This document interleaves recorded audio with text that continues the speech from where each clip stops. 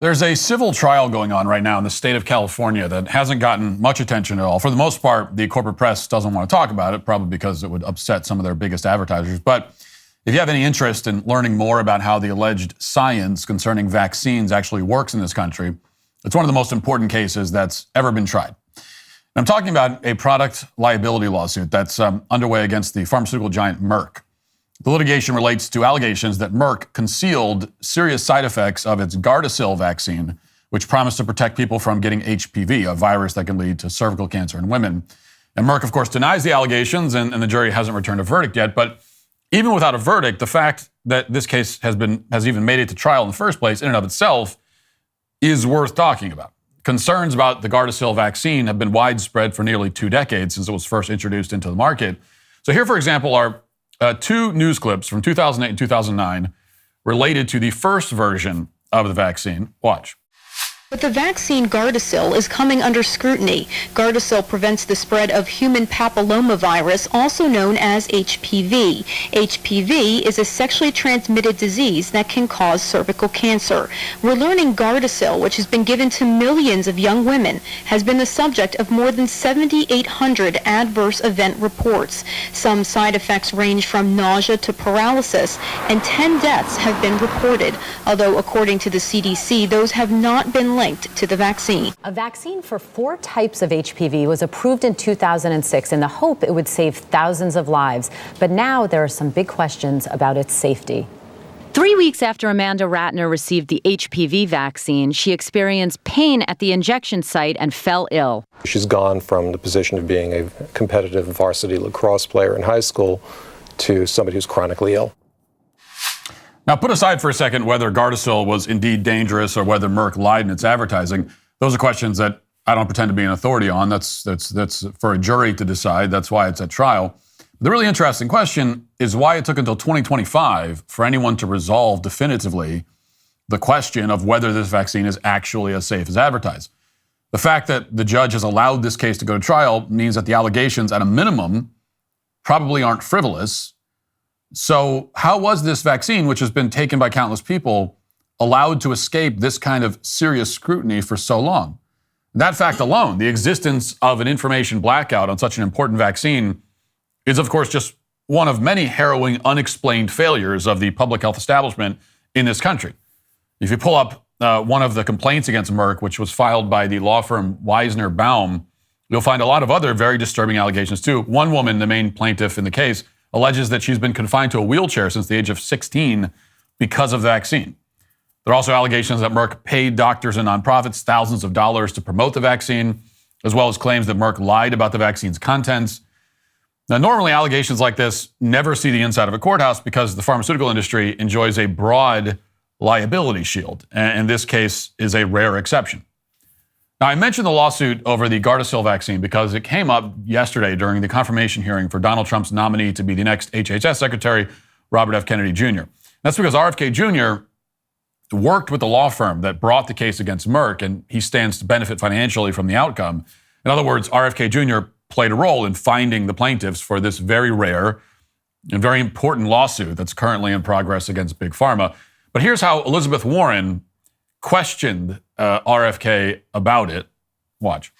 I'm asking about fees from suing drug companies. Will you agree not to do that? You're asking me to not sue drug companies, no, and I'm not going to agree to that, drug Senator. Companies as much as you want. I'm not going to agree to not sue drug companies or anybody. And I'm asking you to commit right now that you will not take a financial stake in every one of those lawsuits so that what you do as secretary will also benefit you financially down the line. I'll comply with all the ethical guidelines. That's not the question. You and I, you have said you're asking me, Senator, you're asking me not to sue vaccine pharmaceutical companies. Yeah, you are. That's exactly what you're doing.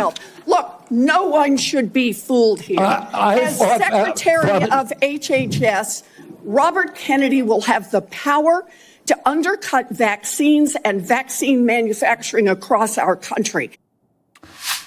Now, what's extraordinary about this moment is that Elizabeth Warren has built her entire career around the lie that she's a populist, or at least someone who's extremely skeptical of entrenched corporate power, particularly when it's held by banks. But in this case, Warren is pretty much indistinguishable from a lawyer for Big Pharma. She's berating RFK Jr. because he took Big Pharma to court over the HPV vaccine. And even though he stated that he won't pursue any lawsuits while he's in government, it's not enough for her. She wants him to commit to renouncing lawsuits that he's already participated in or that he might pursue after leaving office. And he won't agree to that. I mean, she's getting emotional in her defense of the multi-billion-dollar Big Pharma industry. And I'm not going to speculate on Warren's motivations. You can point to various campaign contributions she's received from the pharmaceutical industry, as many people already have. Actually, on second thought, I am speculating that Elizabeth Warren is a bought and paid for shill for Big Pharma. Not speculating, but actually outright accusing her of it. But still, the truth is, this is a much larger problem than Elizabeth Warren. Throughout the hearing, RFK Jr. was repeatedly attacked by Democrats simply for questioning the safety and efficacy of various drugs that are widely prescribed. These are drugs that we're assured are effective, even though there are very real reasons to doubt that. In particular, Kennedy was hit over his skepticism of SSRIs. He was hit on this, I think, in the most unfair and disingenuous way. And this was a hearing full of unfair and disingenuous attacks, but this, to me, was the worst. So here's Tina Smith of Minnesota in one of the most egregious moments from this hearing. Here it is. In an interview in 2023 and again in 2024, you blamed school shootings on antidepressants. You said, and this is a quote, "There is no time in American history or human history that kids were going to shoot schools and shooting their classmates. It really started happening coterminous with the introduction of these drugs, with Prozac and with other drugs." So do you believe, as you've said, that antidepressants cause school shootings? This should be a simple question. I don't think anybody can answer that question, and I didn't answer that question. I said it should be studied. So your answer is? I said it should be studied along with other potential culprits, like so they may cause social media. But I don't know. I would never make, because there's no science on that, well, Senator. There is, Senator. There is, Mr. Kennedy. Thank you for the promotion. The science shows that there is no link between school shootings and antidepressants. And in fact, most school shooters were not even treated with antidepressants. And of those that were, there was no evidence of association. You know, I don't think you can say that, Senator, because HIPAA rules, nobody knows. Now, RFK's response at the end of that clip is obviously the right one. You might remember the 2023 mass shooting in Lewiston, Maine. The shooter killed 18 people at a bowling alley and a bar. We still don't know what, if any, drugs he was taking at the time of the incident. So anyone who says, well, it's been determined that there's no link between the drugs, you don't know that. You absolutely don't know that. The same is true of the trans-identifying mass shooter here in Tennessee. The Tennessee Star has reported, citing a search warrant, that Vanderbilt had prescribed SSRIs to the shooter, but we don't know if the shooter was actively taking those medications because neither the police nor Vanderbilt will tell us. And therefore, it wouldn't show up in any studies that purport to show how many mass shooters were on SSRIs. This is the norm, when it comes to these academic papers on SSRIs. And as I've previously discussed, there's another way that these studies hide the number of mass shooters who are on SSRIs. Basically, they include inner city violence in their tally of mass shootings. So if a bunch of gang members in the south side of Chicago shoot up a birthday party or something, or shoot up some other gang members on a street corner, that gets added to the tally of mass shootings. And because those kinds of shootings happen every day in places like Chicago, for reasons that have nothing to do with SSRIs, like turf disputes and gang wars and drugs and everything else, the authors of these studies can make it seem like SSRIs don't cause mass shootings. But they're really just obfuscating the central question by flooding the data set with unrelated information. The core question, which is whether SSRIs cause otherwise law-abiding young students to shoot their classmates, remains unresolved in medical literature. Because it's no surprise and it's no secret that young, angry males who grow up in the hood with no father figures and get involved in gangs and drug dealing by the age of 12 would then turn to violence. I mean, there's no mystery there. We all get that. We understand what that is. But there is a mystery as to why a child who has never been violent, who was not raised by a street gang, who is financially stable, would one day casually execute a dozen classmates for no reason that he can even articulate. Why is that happening? And why is it that so often these kids are on psychiatric medication? There are definitely reasons to think that SSRIs could play a role in this kind of violence. For one thing, you can look at the warning label on the drugs. You can pick up the bottle, look at it. The drug companies themselves tell us that there could be a link. That says it on the bottle, that these drugs can actually increase the risk of suicide and violent behavior in some cases. The drug makers are telling us outright that these drugs can put violent thoughts into your head. Okay, they can make you think violent things that you wouldn't have thought otherwise. They can make you want to lash out violently against yourself or other people. The pharmaceutical companies are telling us that directly. And yet, when that thing happens, they will insist that the drug that they said can cause it to happen must not have caused it to happen. It's a very interesting thing that they can give all these drugs to kids that say on the bottle, this can cause violent thoughts, thoughts of suicide. And then that exact thing happens with a kid who's taking the drug, and yet we're never allowed to draw any link. Well, shouldn't we ask the pharmaceutical companies, well, you're the ones who put this stuff on the bottle. Where are you getting that information? You must be getting it from somewhere. Or you can also look at these studies that show that SSRIs can increase the risk of violence in people who aren't depressed at all. A few years ago, for example, researchers in Denmark reviewed experiments going back to the 1960s, and they found that when healthy volunteers, meaning people with no mental health issues, were given antidepressants, the drugs doubled their risk of suicidality and violence. So why did that happen? Why might SSRIs make healthy people violent? The honest answer is that we have no idea. I mean, how can a drug put a thought into someone's head? We have no clue how that can happen. And yet we give these drugs to millions of people anyway. Just a few years ago, we learned that there's actually no clear link between low serotonin levels and depression. This was the central claim that justified the mass adoption of SSRIs in this country, and it's false. So we have no idea what these drugs are actually doing.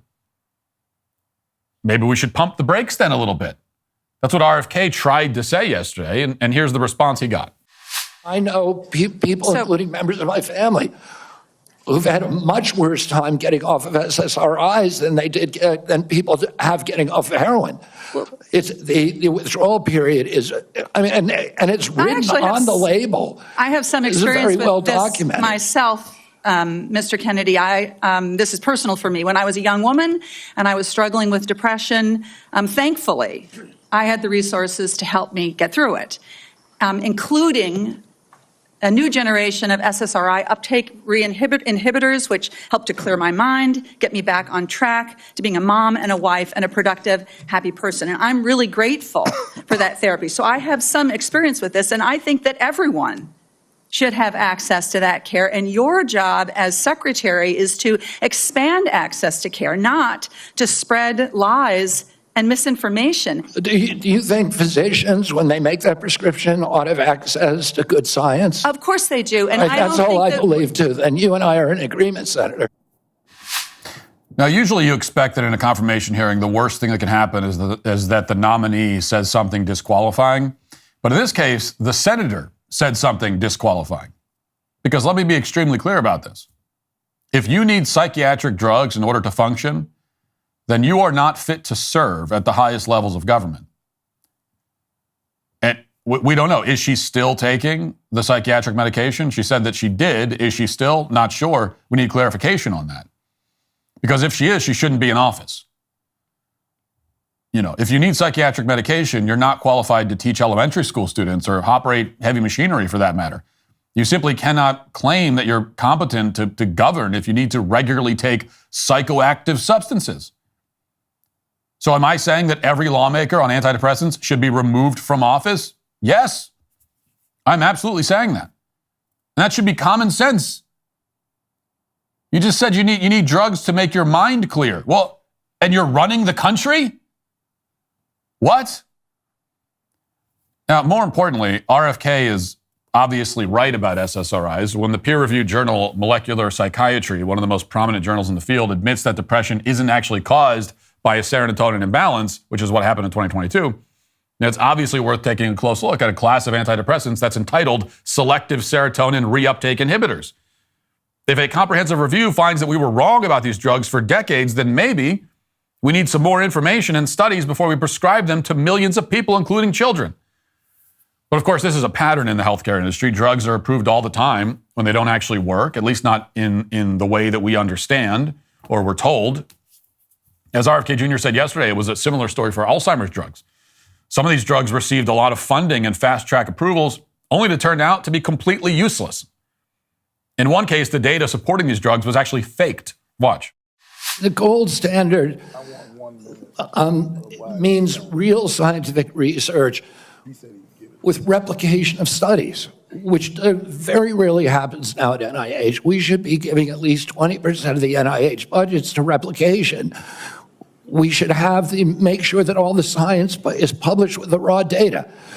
We should make sure that the peer reviews are also published. And I'll give you a quick example. 20 years ago, NIH scientists did a study on Alzheimer's, which they said it was caused by amyloid plaque. After that, NIH shut down studies of any other hypothesis. 20 years later, we now know that those studies were fraudulent. NIH has funded 800 studies on a fraudulent hypothesis, and we've lost 20 years in figuring out how to a cure for Alzheimer's. And that's just one example. I could give you hundreds. We need to end that. We need to end the old boy system. We need to have replicatable science.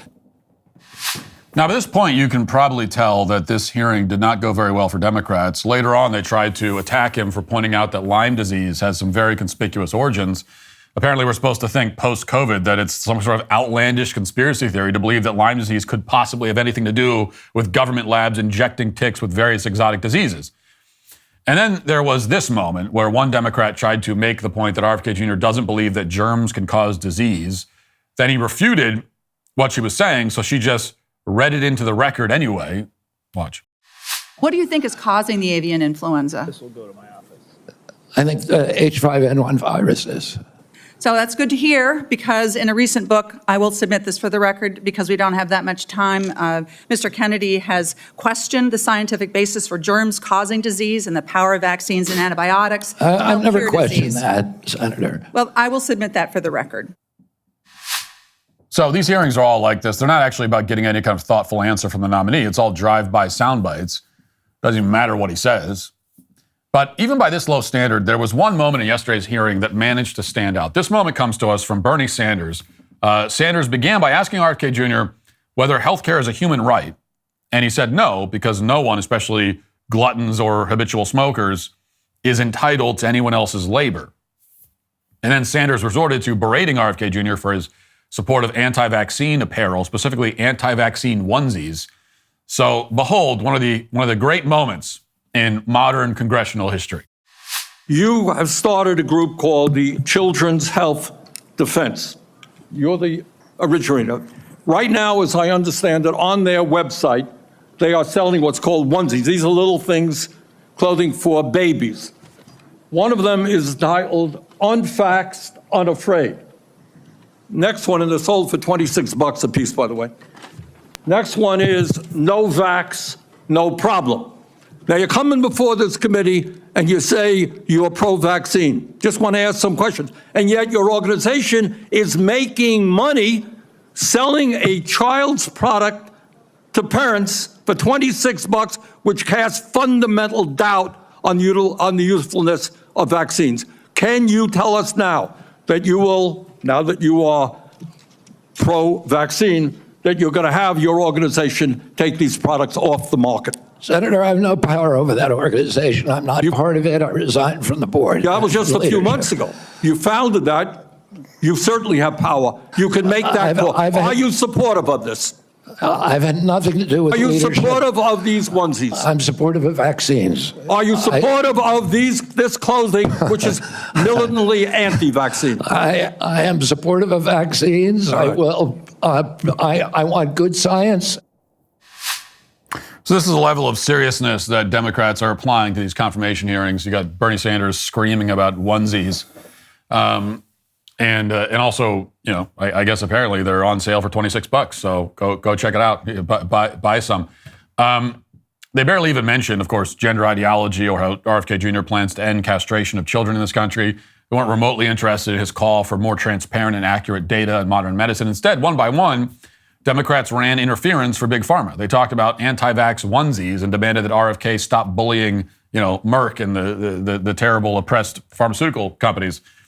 Because, Democrats, like Bernie Sanders, like Elizabeth Warren, like to pretend that they stand against corporate greed and so on. But you simply cannot pretend to be an avenger for the working class standing against corrupt billionaires if you will also defend the pharmaceutical industry to your dying breath.